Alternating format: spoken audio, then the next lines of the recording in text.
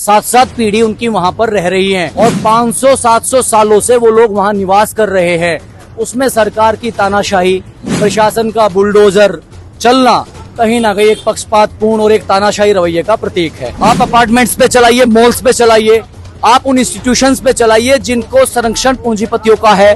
चूंकि वो माननीय जी इस देश के जो बादशाह है ना, उन माननीय जी की मित्र मंडली में है वो पूंजीपति, और उनके कंधे पे इस प्रधानमंत्री का, हमारे देश के माननीय प्रधानमंत्री जी का हाथ है।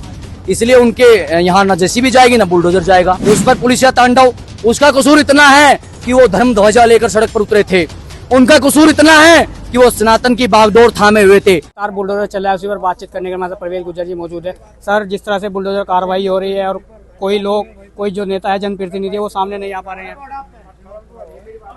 देखिए साहब, पहले तो मैं उत्पीड़न पर प्रकाश डाल दूं कि जिस वन अधिनियम 2006 का हवाला दिया जा रहा है वो 2006 में आया फॉरेस्ट एक्ट, और फॉरेस्ट नोटिफाइड एरिया जो है उसमें हमारे लोगों का कोई अतिक्रमण नहीं है। ये जो वहाँ क्षेत्र में गांव है, चाहे वो अनंगपुर हो, लक्कड़पुर हो, अनखीर हो, उनकी अपनी निजी मिल्कियत है, उनकी अपने खेत खलियान हैं। 7-7 पीढ़ी उनकी वहाँ पर रह रही हैं और 500-700 सालों से वो लोग वहाँ निवास कर रहे हैं। उसमें सरकार की तानाशाही, प्रशासन का बुलडोजर चलना कहीं ना कहीं एक पक्षपातपूर्ण और एक तानाशाही रवैये का प्रतीक है। अगर आपको बुलडोजर चलाना ही है फॉरेस्ट नोटिफाइड क्षेत्र में, तो आप उन पूंजीपतियों के कांत एंक्लेव पे चलाइए, आप हाई राइज टावर्स पे चलाइए, आप अपार्टमेंट्स पे चलाइए, मॉल्स पे चलाइए, आप उन इंस्टीट्यूशंस पे चलाइए जिनको संरक्षण पूंजीपतियों का है। चूंकि वो माननीय जी इस देश के जो बादशाह है ना, उन माननीय जी की मित्र मंडली में है वो पूंजीपति, और उनके कंधे पे इस प्रधानमंत्री का, हमारे देश के माननीय प्रधानमंत्री जी का हाथ है। इसलिए उनके यहाँ न जेसीबी जाएगी न बुलडोजर जाएगा। एक आम आदमी, एक गरीब आदमी जो खेती किसानी करके अपने बच्चों का लालन पालन और पोषण और परवरिश कर रहा है, वो टारगेट है। और साहब, हम तो आज से नहीं, जब से देश आजाद हुआ है ना, तब से भाजपा के निशाने पर है। पहले हमारा विमुक्त जाति का दर्जा खत्म कर दिया गया, उसके बाद हमारे साथ ओबीसी का जो हमारा दर्जा था उसमें अपात्र जातियों को सम्मिलित कर दिया गया। उसके बाद उन 2007 में गुर्जर आरक्षण आंदोलन राजस्थान में सैकड़ों रणबांकुरों को, निहत्थे बेगुनाह लोगों को निशाना बनाया गया और उनका खून बहा गया हत्यारी भाजपा के द्वारा। उसके बाद अभी विगत वर्षों पूर्व दादरी में हमारे प्रतापी पराक्रमी सम्राट, गुर्जर सम्राट मिहिर भोज जी के प्रतिमा पर कालिक पोत दी गई, हमारे इतिहास पर कालिक पोत दी गई। उसके बाद जो गुर्जरों की रियासत है, लंढोरा रियासत, उसका मानमर्दन किया गया। भारतीय जनता पार्टी की एक सुनियोजित साजिश का हिस्सा है। जो आप विपक्ष की बात छोड़ दीजिए, हमें घुसपैठियों की तरह ट्रीट करती है ये भारतीय जनता पार्टी। विधानसभा लोनी में जो प्रतिनिधि है वो भारतीय जनता पार्टी से ही है। उसका कसूर सिर्फ इतना है कि वो गुर्जर है।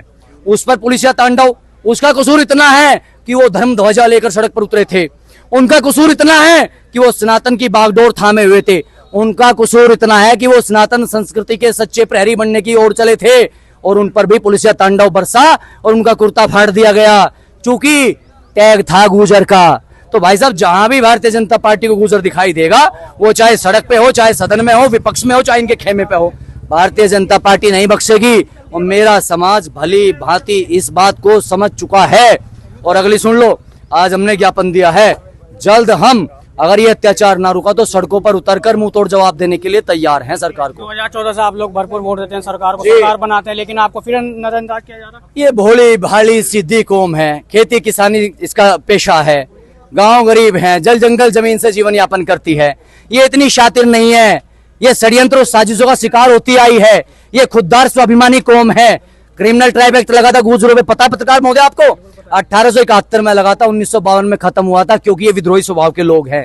ये लड़ाके हैं, ये मान सम्मान के साथ समझौता नहीं करते, ये लड़ते हैं दुश्मन से। मुगलों से लड़े, अंग्रेजों से लड़े, अब इन काले अंग्रेजों से लड़ रहे हैं। इसलिए भाजपा हमें बर्दाश्त नहीं करती। भाजपा में वो चल सकता है जिसके मुंह में जबान ना हो, जिसके हृदय में स्वाभिमान ना हो। यहाँ स्वाभिमान उन लोगों की कदर नहीं है। पर गुर्जरों ने तय कर लिया है कि हमारे जो डीएनए में है ना, जिद, संघर्ष और विद्रोह, हम उसी नीति पे चलेंगे।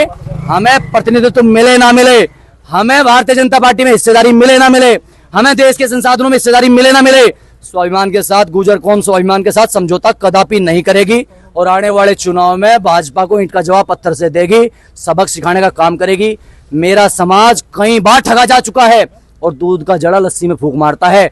अब मेरा समाज जागरूक हो चुका है, संगठित हो चुका है, अब दिखाएंगे 27 में और 29 में भाई साहब।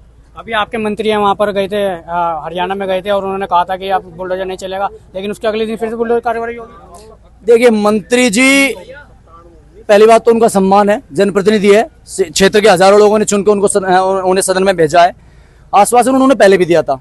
उनके आश्वासन के बाद, एक इतने कद्दावर दबंग मंत्री के आश्वासन के बाद, जो क्षेत्र का एक मजबूत सशक्त स्तंभ है, उसके बाद भी हमारे घर तोड़े गए, हमारे घेर तोड़े गए, हमारे फार्म तोड़े गए, तो दोबारा कैसे आश्वस्त हो जाएं?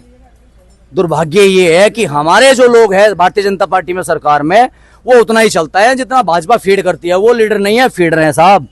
बुरी लगेगी पर सच्चाई यही है। तो ये थे परवेज भाई, जिन्होंने अपनी तमाम मुद्दों और विभागीय सलाह की फिलहाल स्टूडियो में।